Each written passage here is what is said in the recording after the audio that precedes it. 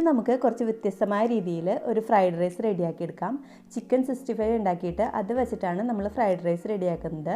സൂപ്പറാണ്. അപ്പോൾ ഇതെങ്ങനെയാണ് നമുക്ക് റെഡിയാക്കി എടുക്കണമെന്ന് നോക്കാം. വീഡിയോയിലോട്ട് കിടക്കുന്നതിന് മുമ്പ് നിങ്ങൾ എൻ്റെ ഈ ചാനൽ ആദ്യമായിട്ടാണ് കാണുന്നതെങ്കിൽ ആ സബ്സ്ക്രൈബ് ബട്ടൺ ഒന്ന് ക്ലിക്ക് ചെയ്യണം. അതിൻ്റെ കൂടെ 3 ഓപ്ഷൻസ് വരും. അതിൽ ഓൾ എന്നുള്ള ഓപ്ഷൻ ക്ലിക്ക് ചെയ്യണം. അപ്പോൾ ഞാനിടുന്ന വീഡിയോസൊക്കെ നിങ്ങൾക്ക് ഇതുപോലെ മിസ്സാവാതെ കാണാനായിട്ട് പറ്റുന്നതായിരിക്കും. ആദ്യം തന്നെ നമുക്ക് ചിക്കൻ 65 റെഡിയാക്കി എടുക്കാം. അതിനായിട്ട് 1/2 കിലോ ചിക്കൻ്റെ ബോൺലെസ് ആയിട്ടുള്ള പീസസ് എടുത്തിട്ടുണ്ട്. അതിലേക്ക് ആവശ്യത്തിന് ഉപ്പ് ചേർത്ത് കൊടുക്കാം. പിന്നെ 1 ടേബിൾ സ്പൂൺ കാശ്മീരി ചില്ലി പൊടി ചേർത്ത് കൊടുക്കാം, നല്ലൊരു കളർ കിട്ടാനായിട്ട്. 1/4 ടീസ്പൂൺ മഞ്ഞൾപ്പൊടി, 1 ടേബിൾ സ്പൂൺ മല്ലിപ്പൊടി, 1/2 ടേബിൾ സ്പൂൺ ഗരം മസാലപ്പൊടിയും കൂടി ചേർത്ത് കൊടുക്കുന്നുണ്ട്.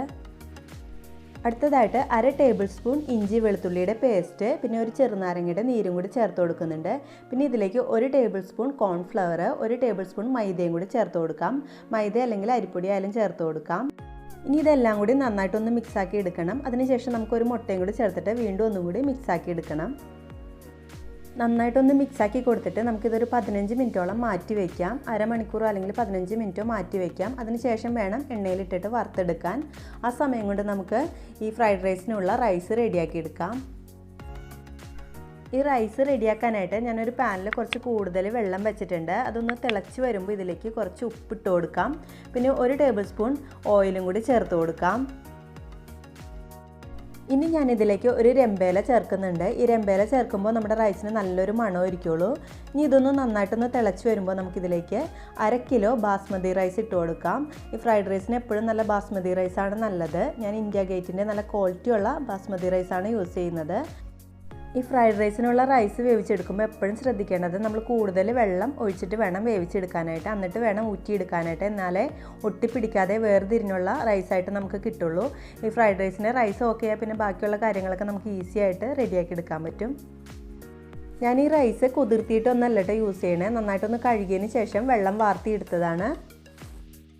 ഇനി ഈ റൈസ് തിളച്ചതിന് ശേഷം ലോ ഫ്ലെയിമിൽ ഇട്ടിട്ട് നമുക്കിത് വേവിച്ചെടുക്കാം. ഏകദേശം ഒരു 15 മിനിറ്റിനുള്ളിൽ നമ്മുടെ റൈസ് കറക്റ്റ് വെന്ത് കിട്ടും. ഒരുപാട് വെന്ത് പോകരുത്, ഒരു 90% വെന്താൽ മതി. ഇപ്പോൾ നമ്മുടെ റൈസ് അത്യാവശ്യം വെന്തിട്ടുണ്ട്. ഒരുപാട് വേവിച്ചെടുക്കണ്ട. ഒരുപാട് വേവിച്ചെടുത്ത് കഴിഞ്ഞാൽ നമ്മുടെ ഫ്രൈഡ് റൈസ് കുഴഞ്ഞിരിക്കും. അപ്പോൾ വേർതിരിഞ്ഞ് കിടക്കുന്ന പാവത്തിൽ വേണം വേവിച്ചെടുക്കാനായിട്ട്. ഈ റൈസിലെ വെള്ളം ഊറ്റിയതിന് ശേഷം നമുക്കൊരു പരന്ന പാത്രത്തിലേക്ക് ഇട്ടിട്ട് വിടർത്തിയിട്ട് കൊടുക്കണം. എന്നാലേ ഒട്ടിപ്പിടിക്കാതെ വേർതിരിഞ്ഞ് കിട്ടുള്ളൂ. അടുത്തതായിട്ട് നമുക്ക് ഈ ചിക്കൻ്റെ പീസസൊക്കെ ഒന്ന് വറുത്തെടുക്കാം. എണ്ണയിൽ ഈ രീതിയിൽ വേർതിരിച്ച് വേണം ഇട്ട് കൊടുക്കാനായിട്ട്. എന്നിട്ട് നമുക്ക് നന്നായിട്ട് ഫ്രൈ ആക്കി എടുക്കാം.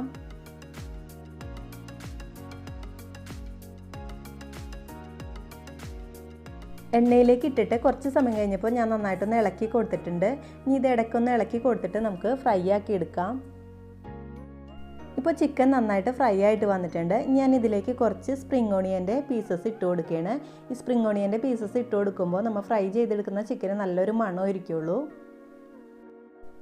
ഇനി ഇത് നമുക്ക് എണ്ണയിൽ നിന്നൊന്ന് കോരിയെടുക്കാം. അതിനുശേഷം അടുത്ത ട്രിപ്പ് അതുപോലെ ഇട്ടിട്ട് വറുത്ത് കോരിയെടുക്കാം.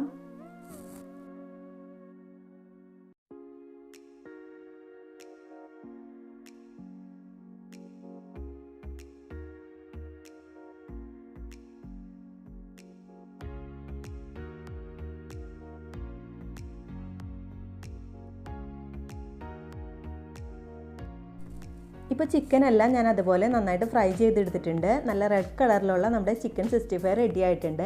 ഇനി നമുക്ക് റൈസ് റെഡിയാക്കാനായിട്ട് ഒരു പാൻ വെച്ചിട്ട് അതിലേക്ക് ഈ ഫ്രൈ ചെയ്ത ഓയിൽ തന്നെ കുറച്ച് ഒഴിച്ച് കൊടുക്കുകയാണ്. ഒരു 2 ടേബിൾ സ്പൂൺ ഓയിൽ ഒഴിച്ച് കൊടുത്തിട്ടുണ്ട്.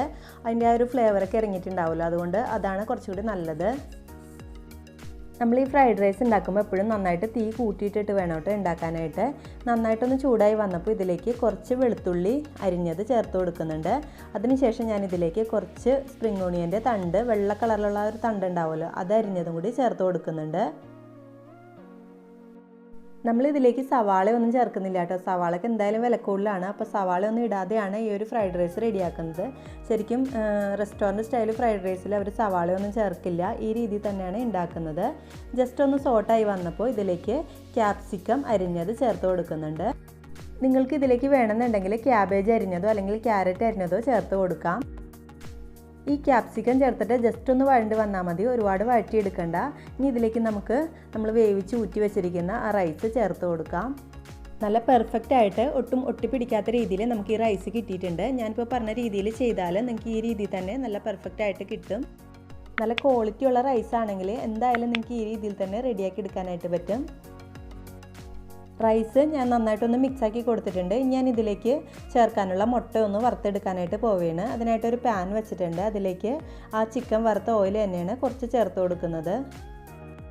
എണ്ണ ഒന്ന് ചൂടായി വന്നപ്പോൾ ഇതിലേക്ക് ഞാനൊരു 3 മുട്ട ഉപ്പും കുരുമുളകും കൂടി ഇട്ടിട്ട് നന്നായിട്ടൊന്ന് മിക്സാക്കിയത് ചേർത്ത് കൊടുത്തിട്ടുണ്ട്. എന്നിട്ട് ഇതുപോലെ നന്നായിട്ടൊന്ന് ചിക്കി എടുക്കാം. നമുക്ക് കുറച്ച് സ്പ്രിംഗ് ഓണിയൻ്റെ പീസസും കൂടി ഇട്ടെടുക്കുന്നുണ്ട്. നമ്മൾ ഈ ഫ്രൈഡ് റൈസ് ഉണ്ടാക്കുമ്പോൾ മെയിനായിട്ട് കുറച്ച് കൂടുതലായിട്ട് സ്പ്രിംഗ് ഓണിയൻ ചേർക്കണം.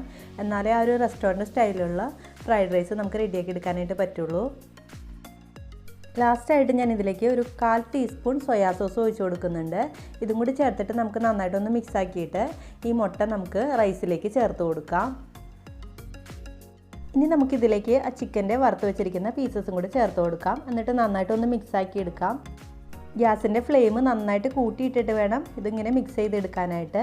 ഞാനിതിലേക്ക് കുറച്ച് കുരുമുളക് പൊടി ചേർത്ത് കൊടുക്കുന്നുണ്ട്. പിന്നെ കുറച്ച് സോയാ സോസും കൂടി ചേർത്ത് കൊടുക്കുന്നുണ്ട്. ഇതിലേക്ക് ഞാൻ കൂടുതലായിട്ട് സോയാ സോസൊന്നും ചേർത്ത് കൊടുക്കുന്നില്ല. സോയാ സോസിൻ്റെ ടേസ്റ്റ് ഇഷ്ടമാണെന്നുണ്ടെങ്കിൽ കുറച്ചുകൂടി ചേർത്ത് കൊടുക്കാം. ഈ റൈസ് ചേർത്തിട്ട് ഒരുപാട് നേരം ഒന്നും ഇളക്കി കൊടുക്കണ്ട. ഒരുപാട് നേരം ഇളക്കി കൊടുത്തു കഴിഞ്ഞാൽ റൈസ് ഭയങ്കര ഡ്രൈ ആയിട്ട് പോവും. ലാസ്റ്റായിട്ട് ഞാൻ ഇതിലേക്ക് കുറച്ച് സ്പ്രിംഗ് ഓണിയനും കൂടി ചേർത്തിട്ട് ഗ്യാസ് ഓഫ് ചെയ്യുന്നുണ്ട്.